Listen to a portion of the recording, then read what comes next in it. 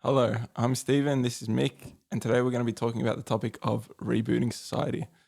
Before we begin, we just want to say that this is only a discussion. There are no right or wrong answers. These are just our thoughts and opinions, which can and will change. Neither of us are experts on anything. We are just two dudes talking. So today's episode, we're going to continue talking about rebooting society. This will hopefully be the final one for the time being. And before we get into it, I'm just going to quickly recap what we've done. I'm going to do it a lot quicker this time. I've been doing it each time. So if you want to get the full idea behind it, just go and check out the previous episodes. So our scenario for this topic is that all electronic data has been wiped. Everything else is still intact though. So like buildings, population, natural environment, that's all still the same. We've got enough resources to last us 1 year. And the main reason for that is just so that we can take things slow, plan it out, and we don't have to rush. Our fundamentals for what we're building a new society on top of is we've got a mission statement of every human being should be able to achieve a fully realized state and live a rewarding and fulfilling life. Some basic human rights that we think everyone is afforded is food, access to food and drink, security, shelter, health, education. And then some principles that are the foundation for our society is transparency, honesty, agency or free choice, accountability and repercussions, and compassion. Then after that, we started actually talking about, okay, how would we practically reboot society based along the idea of Maslow's hierarchy of needs. And we've been continually building up from the base layer to the top layer. So we've done so far layer 1, physiological needs, which is like air, shelter, water, food. Layer 2, safety needs, which is like personal security, employment, resources, health and property. And then last time we did layer 3, which was love and belonging, which included things like friendship, intimacy, family, and sense of connection. So today we're going to focus on the 4th layer, and we'll talk a little bit about the 5th layer, which is self-actualization, but that's kind of like the end goal. So we're not going to do a full topic on that. But for today, most of it's going to be about esteem, which involves such things as respect, self-esteem, status, recognition, strength, and freedom. And just to kind of a reminder that at this point, this esteem need is more psychological. It's a little bit difficult to get a quantitative value out of it. So it's kind of more abstract, more feelings, emotion-based. So we're going to be a little bit more in the, ethereal space here. And the other thing we wanted to note is that once we reboot society, like once we get up to this layer on the hierarchy, we've already radically changed the way society structures. So we can't really compare to where we are in today's society to where we would be in that society in order to say, okay, at this point we would implement this in order to achieve that esteem state. It might just be that once you cover off those lower bases, you don't really have to worry about anything. Okay, that's my quick recap. So we'll get into it now. We're going to start off by first off defining what we actually mean by esteem. And I'm going to give 2 definitions that I found online. So the first one is a dictionary definition, which is esteem is the regard in which one is held. And then the second definition actually comes from the Wikipedia page for Maslow's hierarchy of needs, which is esteem is the respect and admiration of a person, but also self-respect and respect from others. So Mick, there are 2 broad definitions of it. What does esteem mean to you? So I was thinking about this when we started thinking about this, doing this podcast. And I guess I'm always used to the self-esteem being a familiar term. And the way I sort of judge that is, or define that is the way in which you look at your own value. So what level of value do you actually have?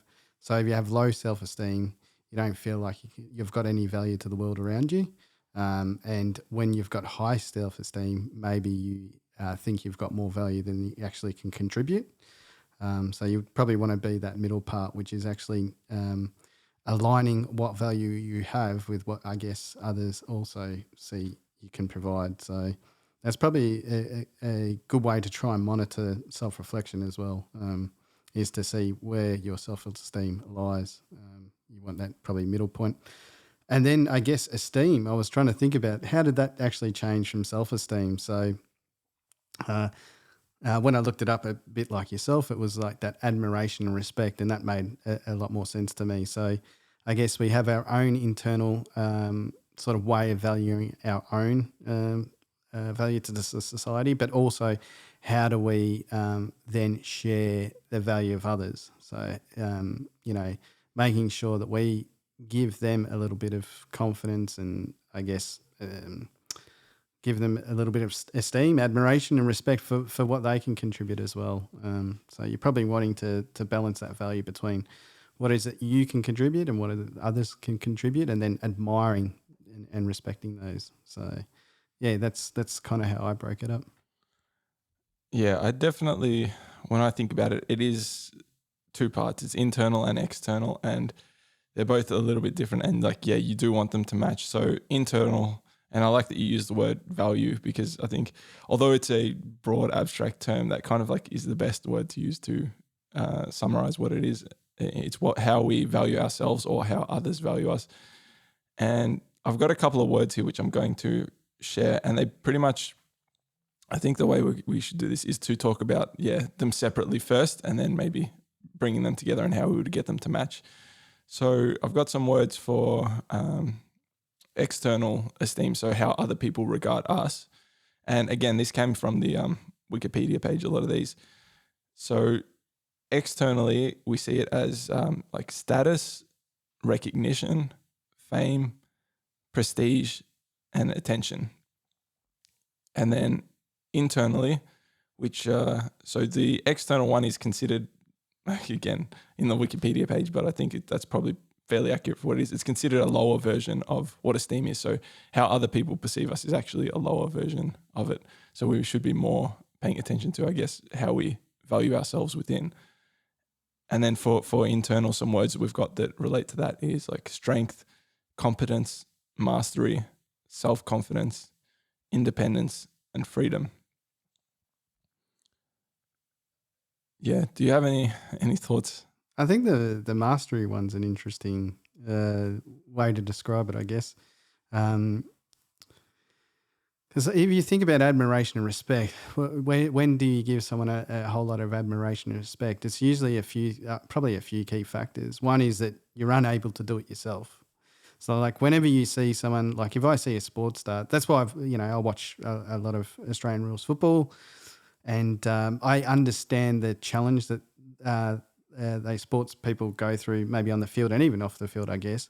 And watching them go through that journey or go through those experiences, I feel a significant amount of admiration and respect for what they can do. And a lot of that is because not only do I understand the amount of effort that's being taken, but I also understand that it's not something that I've been able to master at this point. And it's a little bit vice versa. I guess, once I master certain things, so probably a lot of my values, I've had a lot of experience with computers or electronics and all the rest of it. And I guess that when I can share that mastery with someone else, it gives me a lot of internal, content, I guess. And particularly when people can recognize it. It's not necessarily, I guess, when people praise you for it, but they know that they can come to you with a problem and they have enough respect and admiration to then put it in your hands and allow you to go away and solve that. I think that's really what true respect and admiration is. It's that ability for one professional to give another professional a task that they can't do.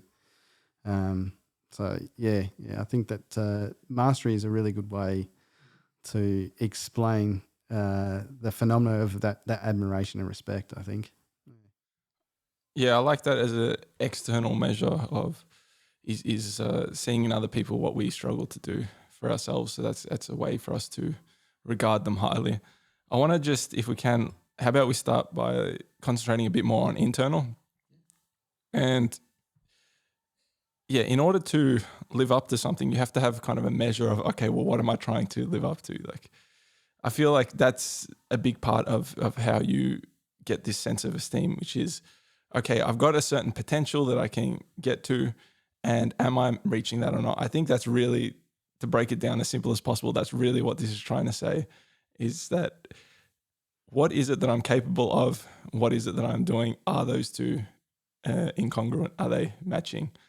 And it's a little bit different, I think, when you get externally, because you may not necessarily understand as much the other person, how much they are capable of, but you see in them doing things that maybe, like you said, maybe you can't do yourself. And you're like, oh, okay, I appreciate that because I understand how difficult that is for me. So it's really cool to see someone else.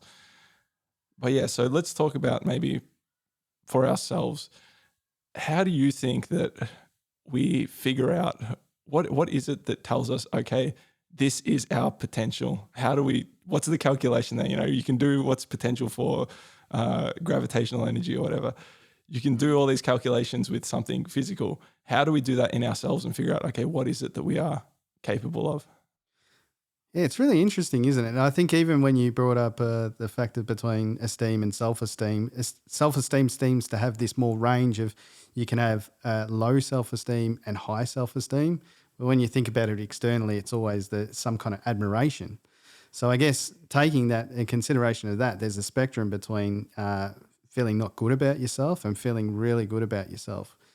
And if you think about that, that's really what you want to do, I guess, when you're measuring your own self-esteem, is to make sure that you have that measure internally. Because I guess if you have that measure externally, you're unable to control that value that you're able to provide. So I think, when we think about self-esteem, probably the first thing you want to try and do is remove that measure from anyone else externally. So don't get that from someone praising you at doing something or being angry at you.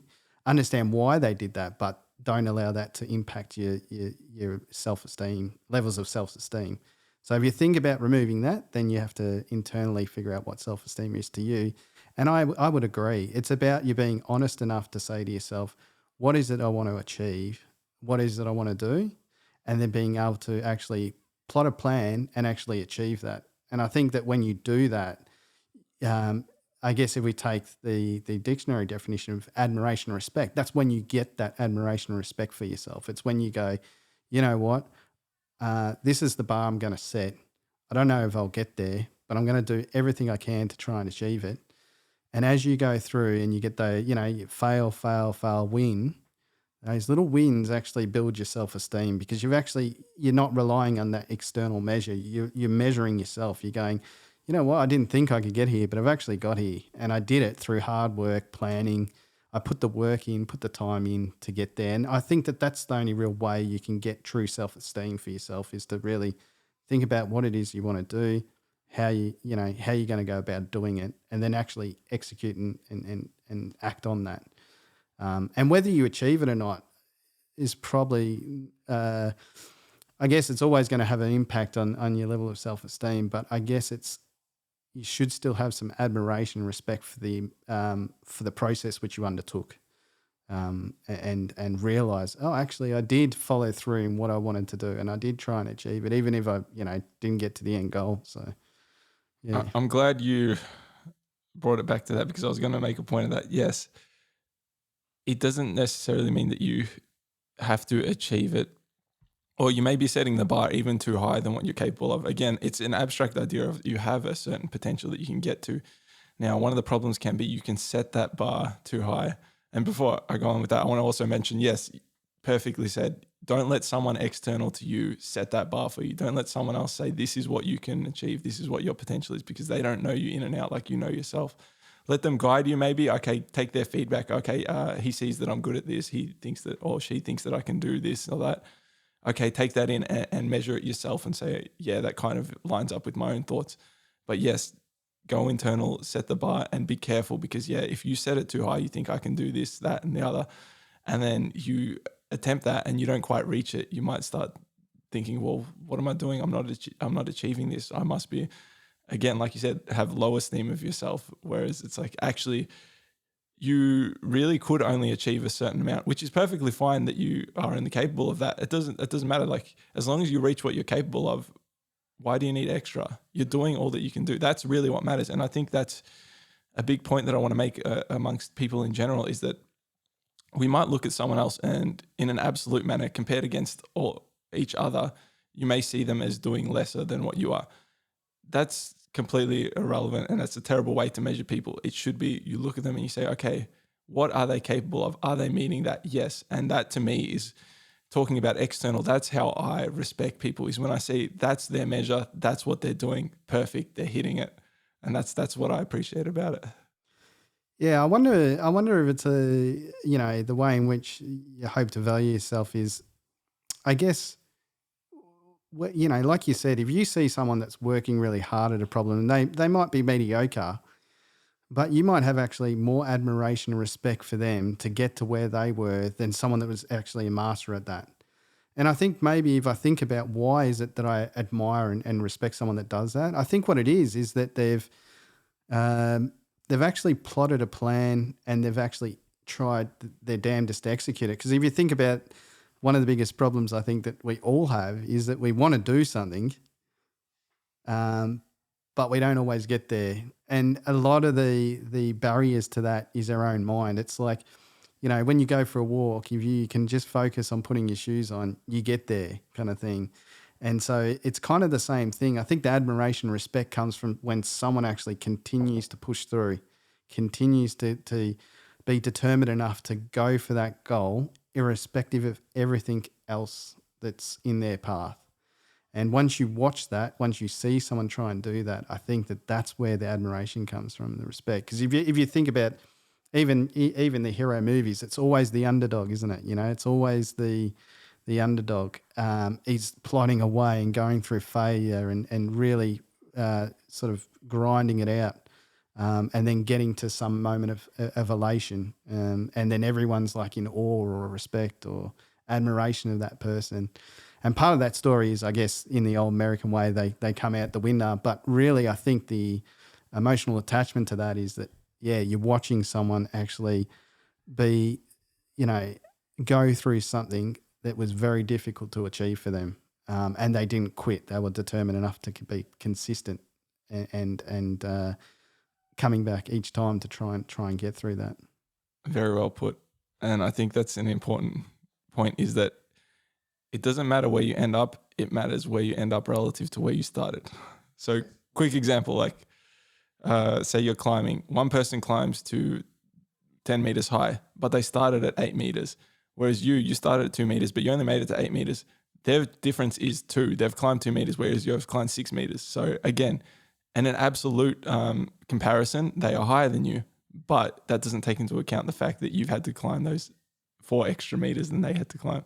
So yeah, and that's, I was going to bring it up, but you did already, the underdog story. That is what that is. It's saying you have such a lot of ground to cover, and just watching them go from A to B and seeing that that's more than the person who is already at the top. That's why we feel an attachment to them. That's why we root for them. That's why we want to see them succeed, because it's a bigger journey for them to get from there to where they are. And I think a big problem with, like you said, the American one is that they end up winning in the end. I think that's the wrong way to look at it. That it really doesn't matter if they win or lose. It just matters, again, that they've covered that ground. Because it might be that, yeah, it was always a unattainable victory or something, or it was always something that was just pie in the sky, not going to happen. But it doesn't matter that they won. It matters that they got as far as they got. And like everyone can respect that, because you can see how much they've had to overcome to get there. So that was a really good point. And I think that ties in very highly with esteem and how we value others and how we regard others highly, is to see them overcome. Yeah, I wonder if the attraction is that watching growth. I guess that's what we all admire in someone, is the ability to actually grow past their potential or past where they're currently at. So as we get older, I think that becomes more difficult. Obviously for obvious reasons. I guess as the life cycle goes through, there's a period of growth, particularly high growth when you're a kid and a teenager. And then you get into adulthood, maybe growth slows down a bit. And as you go forward, it's harder and harder to continually grow and change.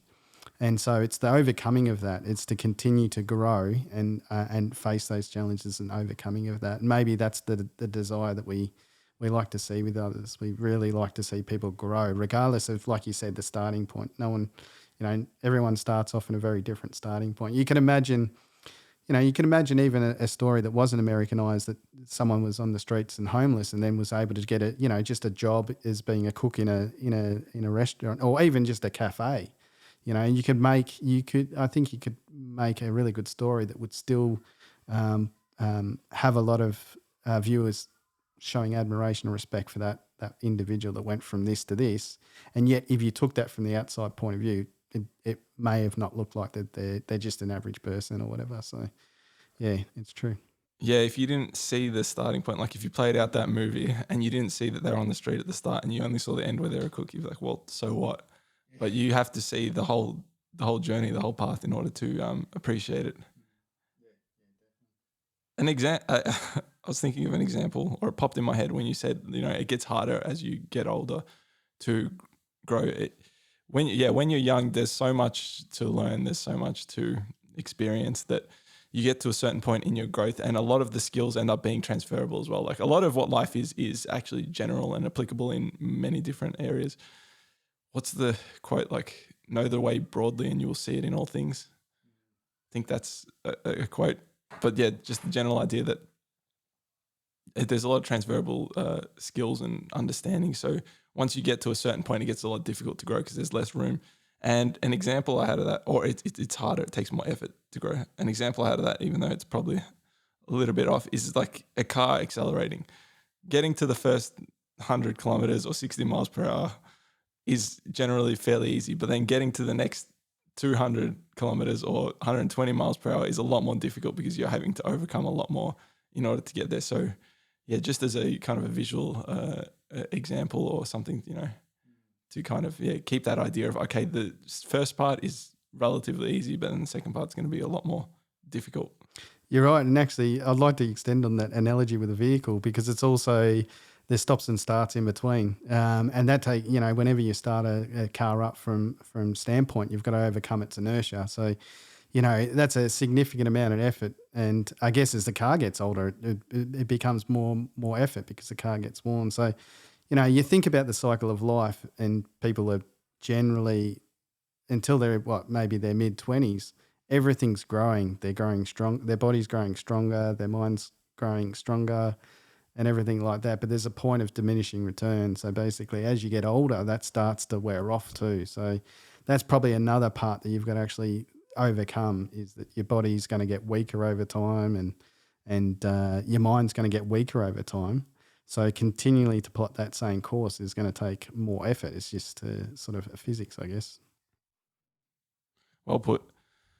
I want to bring it back to internal. How do we actually, I want to ask you personally, see if you can come up with an answer for this. That how do you set, okay, this is my potential, this is what I'm capable of? Do you have any methods to do that? What's your that's a really good, interesting point. I'm a person that sort of tends to float. This is probably a weakness of mine. I'm a person that tends to float, and I don't necessarily have a fixed goal in what I always want to achieve, but I do look for opportunity. So I think that's what I tend to do most in order to align where my goal is. So that's the starting point, obviously, a bit of a goal. So once I see an opportunity, I guess if it's an opportunity of challenge, I tend to take it on. That's generally what I do. So, and I think that actually gives me my own self-esteem. So if I don't know, maybe this is why I do it. Maybe if I set my own goals, it's sort of like a bit of a bias and I can just do it and I'm happy. If someone else sets that goal, then it's a little bit, there's two things I think that motivates me from that. One is it's likely to help someone else. So that's always a good feeling of contentment when I can contribute something that's going to benefit someone else.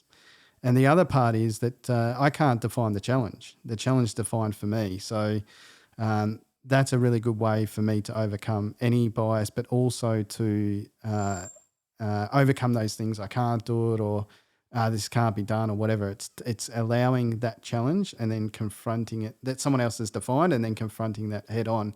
And I guess if I can get through that, that's where I get my self-esteem from. It's like, oh, I never even would have thought that I would have done this sort of thing. So the opportunity pops up. Never thought of that opportunity before. I then look at it and go, geez, that's hard to do. You know what? I'm just going to throw myself in. And then if I get through those two things, then there's this feeling of admiration. Maybe, for me, it's like an elation, but yeah, it could be seen as admiration for myself, because it's, oh wow, I never, 6 months ago, I never even thought of trying this, and now I've got to this area, this goal. So how do you measure then? If someone gives you a goal or something to achieve, that's good. Like, it gives you that motivation. But how do you measure that?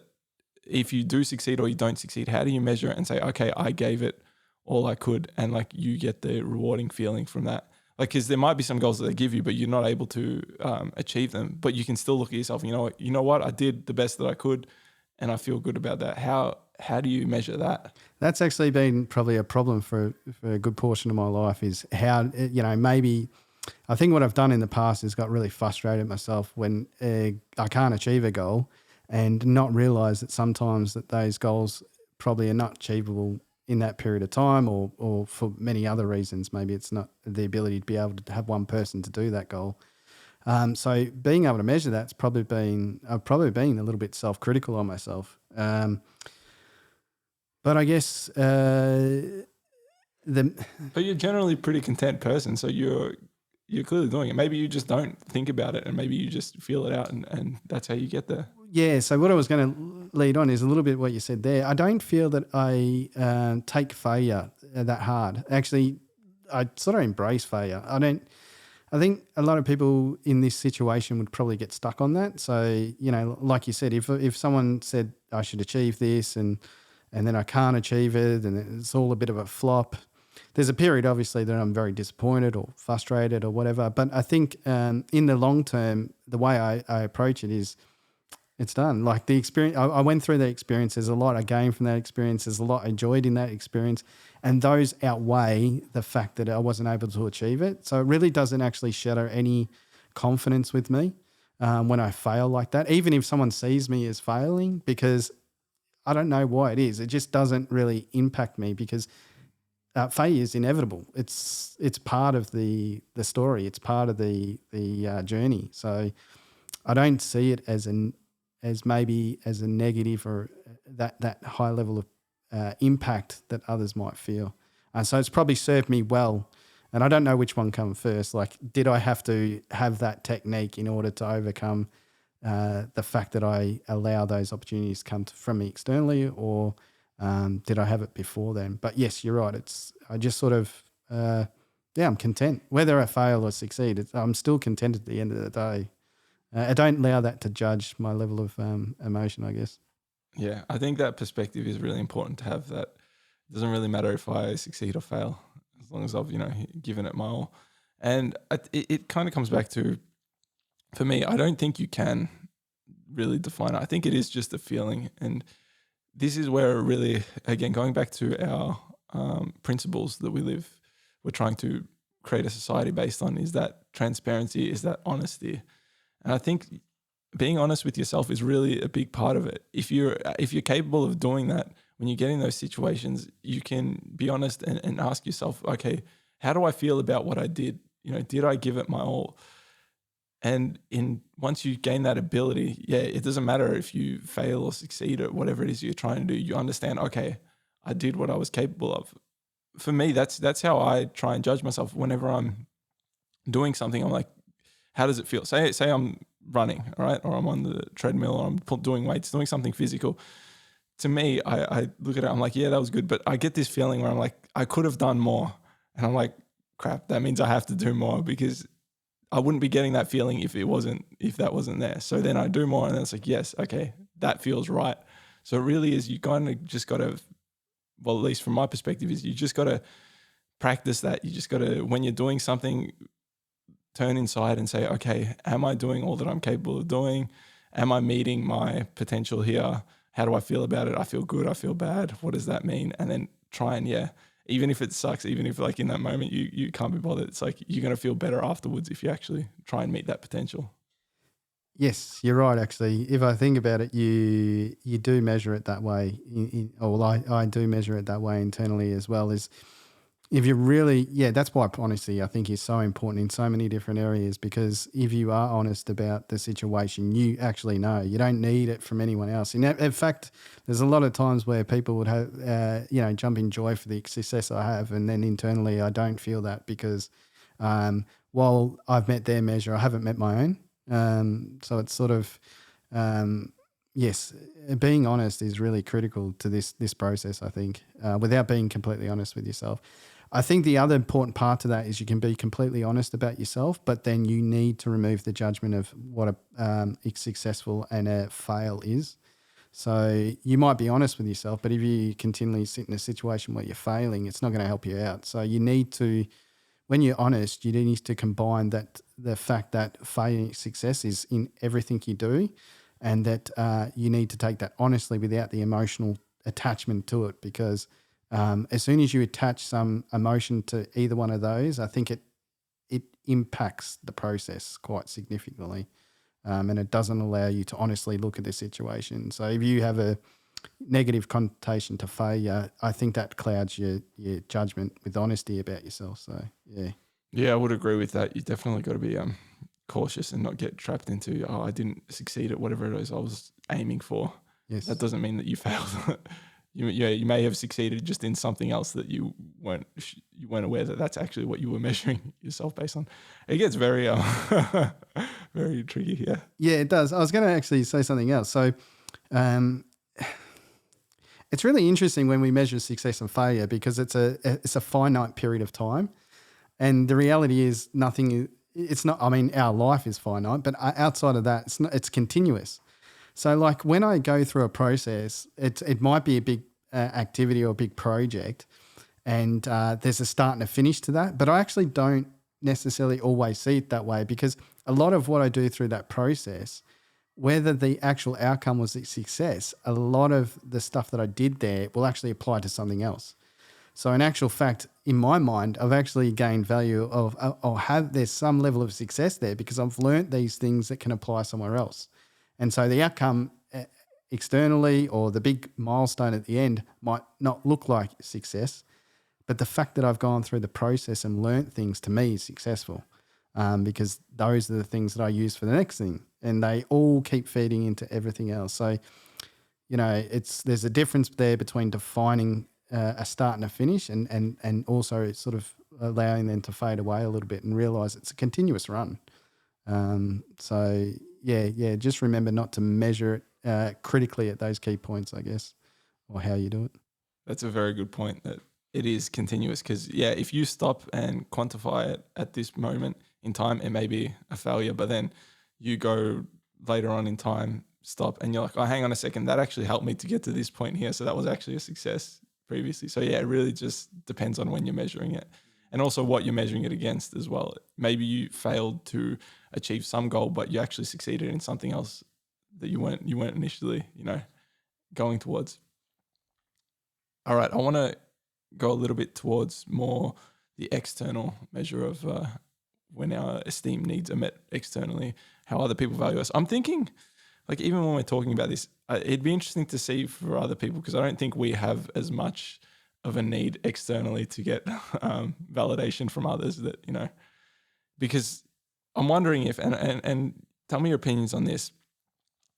What do you think, if we meet our own expectations internally, do we even need that external validation, or do we still need that? Do we still need people to see that and to recognize it and say, yes, that person is achieving what they are capable of achieving? It's a good question. So I would say that, yes, everyone has a propensity to how much external admiration or respect they actually get. So I would say extroverted people are probably more likely to sort of seek that out. I would say it's not always, I wouldn't say that it's necessary for some people, but I would say that there is a benefit. There is a benefit. And the reason I say there's a benefit is that, when you take a journey through life, you can either take the journey in solo or you can take it with people, right? If you take the journey in solo, yes, it might be quite enjoyable, but you don't get to share that with anyone else. if you take it with people, I think what you get to do is share it with other people. And I think the ability to share what someone else is good at and what you're good at, there is a benefit to all people. So it might not necessarily be needed, but I think there is significant value in it because it helps, there's always this part of self-reflection, but you also want to get external reflection and that's a way in order to remove or help mitigate the biases in your own mind is to bounce off someone else that you can really trust and then get their perspective about how you're going, and I think that, yes, that is value. That is valuable. So I would say, no, it's not necessarily a requirement, but I think it is an important factor. Yeah. Even when you were talking then, I kind of had that feeling, if you don't have other people to look at and get their perspective, even though you may think you may be doing all that you can, it may not actually be true. You got to really see it from other people's perspectives as well. You need to have that common point of, you just need validation from other people because how do you know then if you're insane? Like if you don't know, no one else is like, you're not talking or interacting with anyone else, how do you know that you're actually making sense? Or yes, I guess there's an internal anchor, which is yourself, and then there's external anchors, however you tie them, I guess. So, even I mean, it doesn't even, this is a strange way to look at it. Maybe I do it this way, is that, even the fact that when we do these podcasts, we look at ourselves being recorded, it's not someone else judging us, but we're seeing ourselves from a different perspective, and there's value in that. There's value in that because I don't see that perspective when I self-reflect. I can't. It's outside my perception. So even with a camera, it allows you to have insight about things that you haven't been able to necessarily perceive about yourself. So I think that external reflection is just as important as your internal one. And you obviously needs, a close connection with some people in order to trust and to allow that to occur properly. You don't want to anchor yourself to someone that's has got low self-esteem themselves, I guess, because they're not going to be a very good judge character necessarily for you. That's a very good point about the reviewing ourselves on the camera. And I wonder if that is a reason that a lot of people struggle seeing themselves from that perspective because they haven't seen that before and maybe it doesn't measure up to what they are thinking internally. So you could probably even use that as a way to kind of figure out, okay, am I meeting my potential? In terms of gaining that kind of high regard amongst the community, I think it really depends on what are you contributing to the community. And so I think one of the problems that we have now is that sometimes we'll work these jobs, but we don't really see how that connects to helping the people that we're around. It's maybe gaining income for ourselves. It's allowing us to live, to feed ourselves, whatever. But we don't really see how that's contributing to the people around us and the community that we live in. So I think that if we live more closely aligned with the people around our community, our tribe, whatever it is, and we have a certain purpose amongst them and our own, that's Stephen, he does the gardening or whatever, that's Mick, he does the IT, whatever it is. And that gives us a sense of esteem, a sense of worth, contributing to others. I think that's a really important part, is to see, okay, how is what we are doing affecting the people around us, and is it actually contributing to their lives and making it better? It's interesting to think about it from that point of view. I think, because we've become very globalized now and we don't necessarily know our neighbors and, our family isn't necessarily close, it's broken down the probably the social structure which we once had that actually added that sense of worth and value at a much probably stronger level. Because like you said, you go to a job now. I mean, even food's a really good one, isn't it? Like, where did my food come from that I just bought today? And how did it get here? So have I lost respect in the process of making food because I don't see that journey? I don't see what actually happens. I'm not connected to it. And maybe at some point in time we were connected to it. Like you said, Steve trenched his garden, put the seeds in, spent the time to grow it, and if you're just down the road, I've been a part of that process maybe at points in time, even if it's not me doing physical labor, just me passing your house or seeing your house and seeing that food grow gives me a sense of where it started, where it come from. And I guess if you think about what you were saying before, where does it start and where does it end? Like that measure. If you're blind to that, then it's probably a little bit harder to see. So, with food, I think food's a really interesting one. I think people have lost a lot of respect for food because it's in abundance. It's brought by someone else, and all we need to do is bring the money and buy it. Yeah. Yeah, I do. I really like that example that you gave because I do think that is a big problem that we have now. We don't really have as much respect for the farmers, for the builders, for the laborers that are actually doing the stuff that takes care of those base layer needs. If that was to disappear, all this high level stuff, the ones that we respect that are doing other things, maybe like people playing sports, actors, whatever, that's going to kind of irrelevant at that point because you don't have food, you don't have shelter, you don't have all these necessities in order to live. So you'd forget about them. But yeah, we kind of take it for granted now because it's such abundance, and maybe we should focus a bit more on that. In terms of practical, okay, if we were to look at in a new society, how do we find meaning, purpose amongst our community? Maybe it is more that we look at the aptitude of people and try and, instead of them finding a job that they can do, we as a society find a job that they're suited towards that contributes to our culture. A lot of the times now it's just, okay, where can I go to earn money? It's not necessarily that you want to do it or that you're good at it. I know there are, for some people, they will have dreams that, I want to grow up and be a doctor, I want to be fireman, whatever it is. Those ones are driven to do that. But a lot of us are just like, there's a job available here, I'm going to try and do that. Whereas if we can collectively look at it as a society and say, okay, these are the jobs we need covered.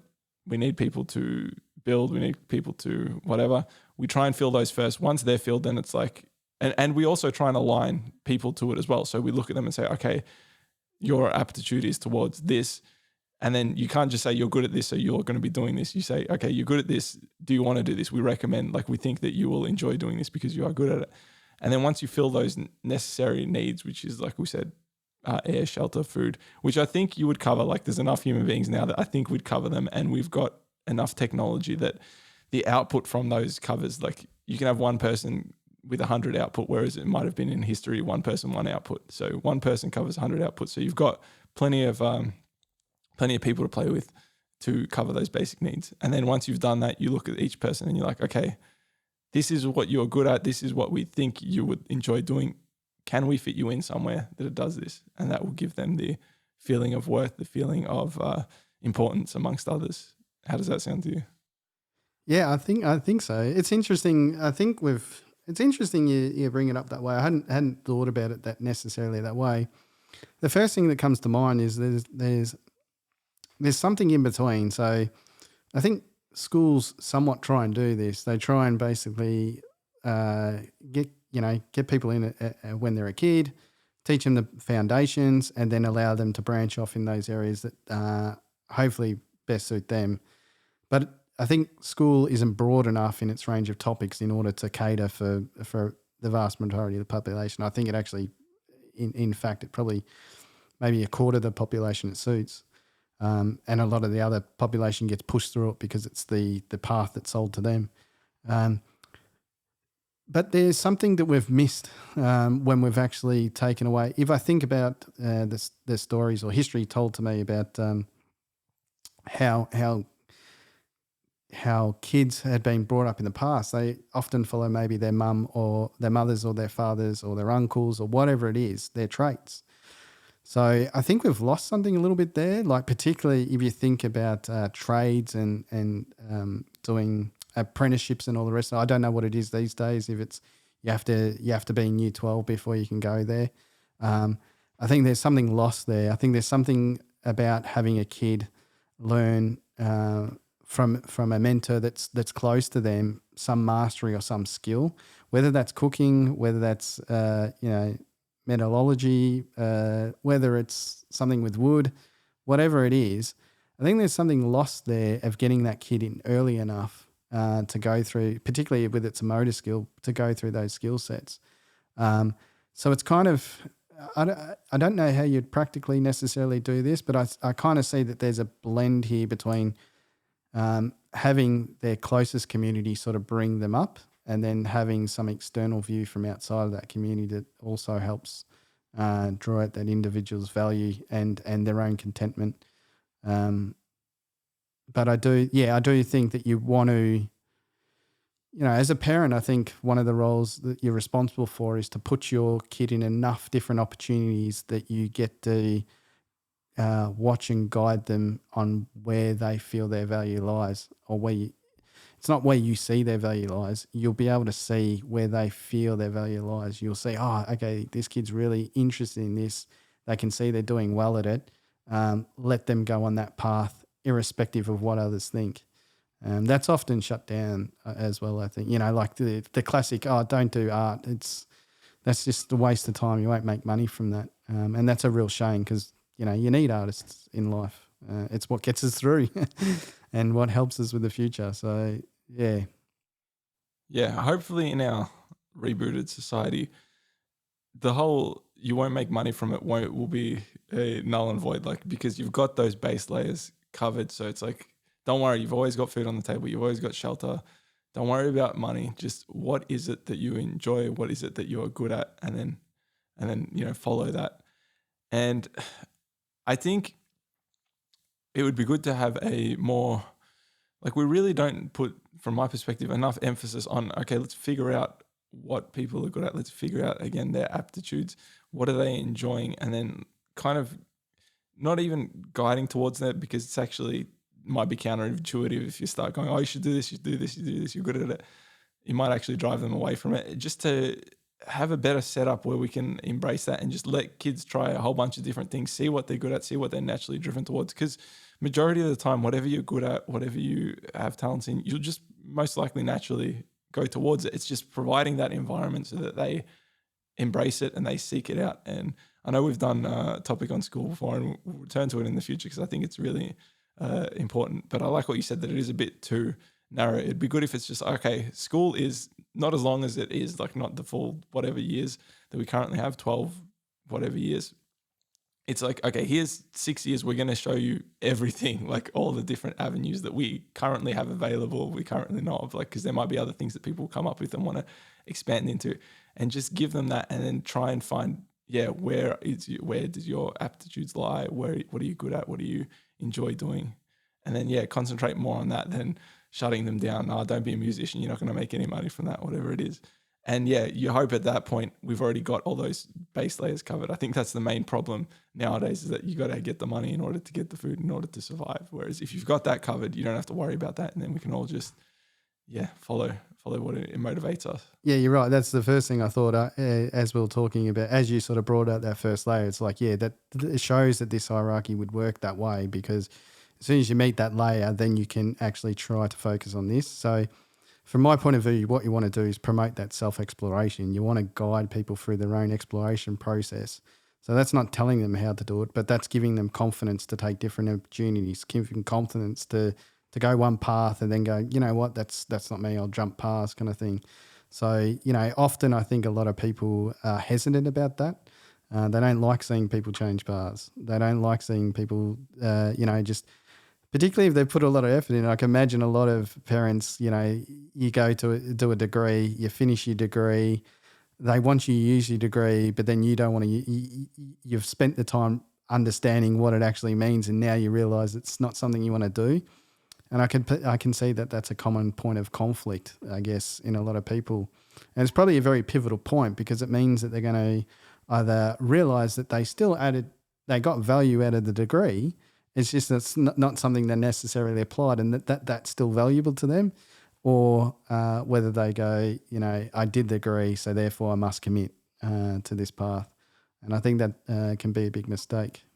Yeah, and the important thing to keep in mind there is that even though you might not got into that field that you were studying for, you just learnt so much stuff that is transferable. So there's no wasted time there. Correct. Yeah. All right. Is there anything else with Esteem that you want to talk about before I get into a bit of self-actualization? I think we've covered it pretty broadly. Happy with it. From internal to external. I just wanted to mention that there are extended hierarchies. Like the 5 layers that we did are kind of like the classic, but they have added more over time. But we won't get into those. I will just mention that they are cognitive needs and aesthetic needs. And I was thinking about them a little bit, and I don't know if I agree with adding them to the hierarchy. I can see you thinking about it. Yeah, I think, maybe we'll think about it and discuss it in the future, but we won't do it for the time being. So once we have all those other lower layers covered, again, physiological, safety need, love and belonging, and then the one we just did, esteem, we get to the 5th and final layer on the hierarchy, which is self-actualization. So let's try and, we'll just be brief on it, but let's try and just, what is self-actualization? What do we see it as? And I just wanted to mention that this is something that I've been thinking about for a while, and it's really difficult to define, or at least I'm struggling to define it. It's very abstract. It's very feelings based. It's very relative and subjective. So what may someone's lifestyle that they may consider as, okay, this is me reaching my full potential, will look completely different for someone else because they're just made up completely different. So it's entirely subjective. It's unique to each individual. And this is the point where it's like completely qualitative. There's no way to actually physically measure it than to ask someone, do you feel like fulfilled in what you're doing? So I don't know, Mick, do you have kind of a way you like to think about what self-actualization means? Yeah, it's a like you said, it's a very abstract term. So I think we have these abstract terms, and I think sometimes we define it we think about it in a very quantifiable way. So even with self-actualization, the first thing that comes to thought is there's 2 ways I could probably think about how we define it, I guess, or how we measure that, if we've got there or whatever. So the first one would be, I guess, content. So content and feeling that you're at your edge of potential. So they're probably the first 2 for me. Is there internal feeling of content? And I think the best way to ask if you're feeling internal contentment is, are you in constant state of peace? So the way I measure if I'm content is how peaceful I can be. So as soon as I elevate and get frustrated or get annoyed, I realize that there's something internally that I'm not content with and that I have to basically approach or to confront. And so if I was to actually take some measures, that's what it would be. The other part to it is it, the other definition I would take from self-actualization is that it's not achievable. So I always consider that it's not fully achievable, but it's a motivation. It's an ideology in which you want to try to achieve. And I think as people, we often don't think about terminologies or ideologies this way. We often implement them and we think we can actually get to the actual terminology. Maybe a show on politics would be an interesting one, because I think a lot of terms and techniques or ways in which politics are applied are not fully achievable, but there's something we want to strive to. So the definition is important for motivation, but it's not important in the fact that it can't be achievable.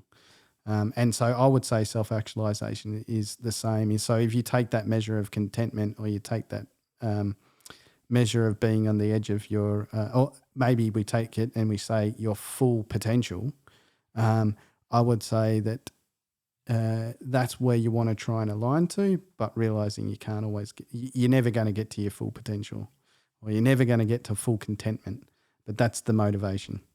Yeah, very well put. It lines up a lot of what my thinking of it is. I think that's great to mention, that it's something that you can never attain. And I like to also think in terms of what perfection is as well.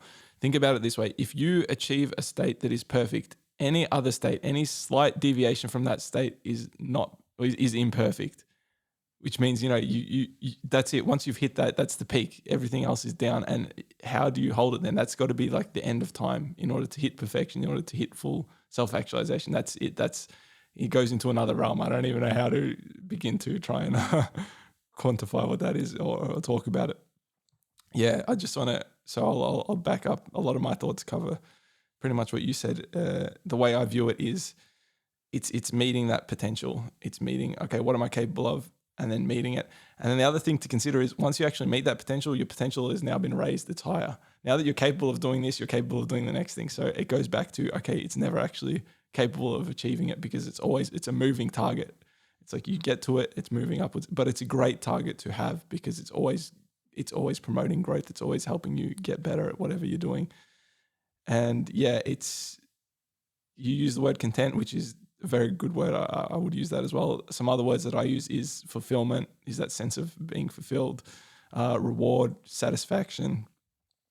It's interesting because they don't, like a lot of people might think it as it's happiness, but I don't really see it that way. It's not necessarily that same elated feeling. It's sort of no, this is good, but it's not that peak. I don't know. It's weird. Does that? The best way I can describe it is, as I was saying before, is peaceful. It's this feeling of peace, and maybe with that combined, it's confidence. So it's like the ability to be able to, it's not happiness. I wouldn't say it's happiness in that the difference is that, okay, so one of the things I think as you get a lot of knowledge, what you realize is someone can't take that away from you. And that gives you a feeling of good contentment, but that gives you a lot of peace. And I think that that's what's kind of happening here is you're getting a level of peace because you know whatever comes your way, it's achievable. You can deal with it. You can get through it. And that's a really good feeling. That's a feeling of being content. I almost would say the feeling is content when you can be present and capable within the moment. So yeah. That's where I was going next with it, is that you're on the precipice of that self-actualization point when you're just appreciating every moment. You're not worrying about what comes next, what was before. You're just being in the moment, taking it all in and appreciating whatever is there.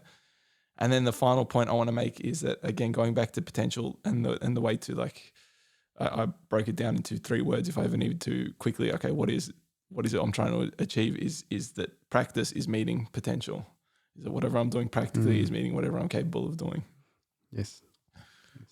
Yeah. So any other thoughts? I would say something about the definition thing. Maybe the good way to think about it is these definitions are static in nature, but your life is dynamic. And so basically the term's always going to change from the perspective of your life, but it's not going to change in its original static definition kind of thing. So, realizing that, even with happiness, I mean, happiness is really a state. It's a state you get to experience sometimes. But it's not a persistent state that you can ever achieve. So telling someone to just, that their own goal is just to be happy is, it's not achievable. You can't have happy without sad. You can't have all sorts of emotions from that point of view. So, yeah. Yeah, that's a good point. This is something that, I don't know, I have difficulty in communicating this with people. It's just the idea of contrast. You think of it, how can you see black without white? Like if everything is white around you, it's all the same. So like you said, how can you be happy if you're never sad? You need at least some contrast. I guess the important thing is, okay, how much contrast do you need? Do you need like terrible, terrifying pain in order to feel happiness? Or do you just need a little bit, I'm feeling a little under the weather today and today I'm feeling great. So what is the balance there? What is the right amount of this side of the table to this side? I don't even want to put it as negative positive. We might think of it as negative positive. It's really, it's a line. It's -1, 1, 0. Which side are you? Where are you? And how much? Yeah, how extreme does each side have to be? I don't know. Something like that. Yeah, and then it's always like, I always think of life as being, I have this vision in my mind whenever I think about life, is it's like you being thrown in the ocean. And basically the ocean's just taking you in all different directions. Let's say it's a choppy ocean that doesn't have a current in a particular direction, and you're sort of just going with it. And your ability to be calm with that is what will give you the best ride kind of thing. So like if you try and fight that ocean, you're going to start to get anxious, you're going to get worried and all the rest of it. If you get overconfident with it too, you could cause yourself a lot of danger.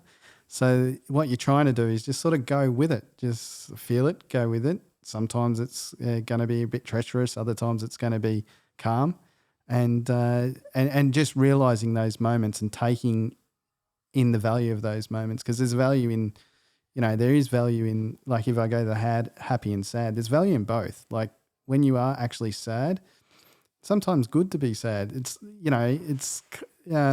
there's things to be sad about, there's things to grieve about.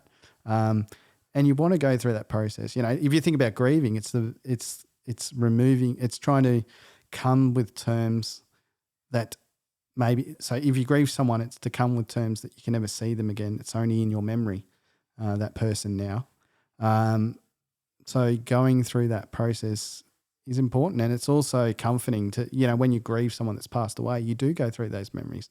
And that's quite a nice experience to go through, even if you're sad in that moment, is to think about the times in which that person, the good times with that person or something. Mm. Grieving's a topic for another. It is a topic for another day. But, I do like your analogy though of like just you're in choppy oceans, just go with the flow, because any attempt to go against it is you putting in energy, and the more you try and go against it, the more energy you have to put in, which is like just complete opposite of what nature wants. It wants to go to the lowest capable energy state. So yeah, go with that. And then like the only other point I would say against that, the times that you go against it, is when it's too much that it's going to pull you under. If going with it actually pulls you under, that's the only time you really need to go against it. I don't know, you could probably expand that into some kind of a real world scenario. But yeah, anything else before we close out? No, I think that's good. Very good that we came to the same understanding for self-actualization. So be interesting to see if other people have it would be different ideas. Yeah. Because a lot of people you talk to that I think would be similar with. So if someone has something that's radically different, it'd be very interesting to see. That would be true. So yeah, okay, that rounds out our talk about rebooting society. So I guess we'll get to some other topics a bit later on. Any thoughts about overall?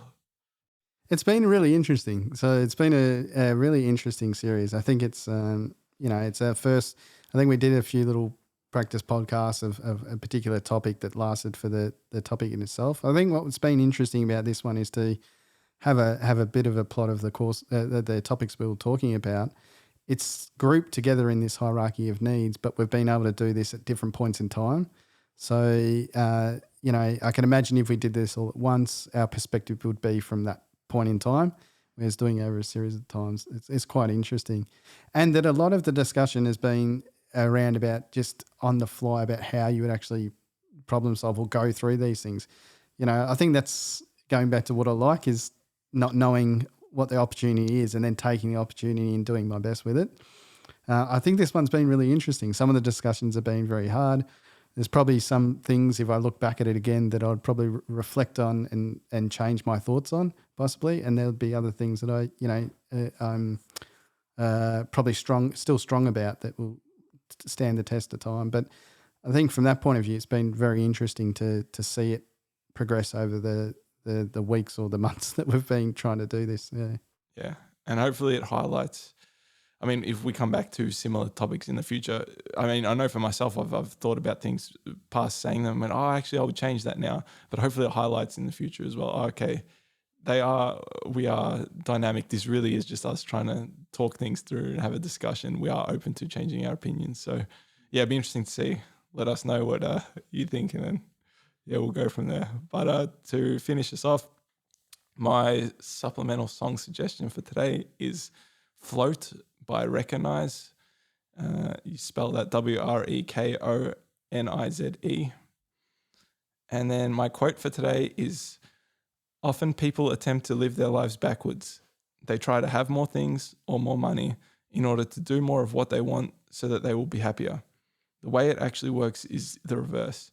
You must first be who you really are, then do what you really need to do in order to have what you want. And that's by Margaret Young. So thanks for joining us for this discussion and this topic series that we've been doing. As always, it's still the beginning. We are still going. We'd love to hear your thoughts. And until next time, be well.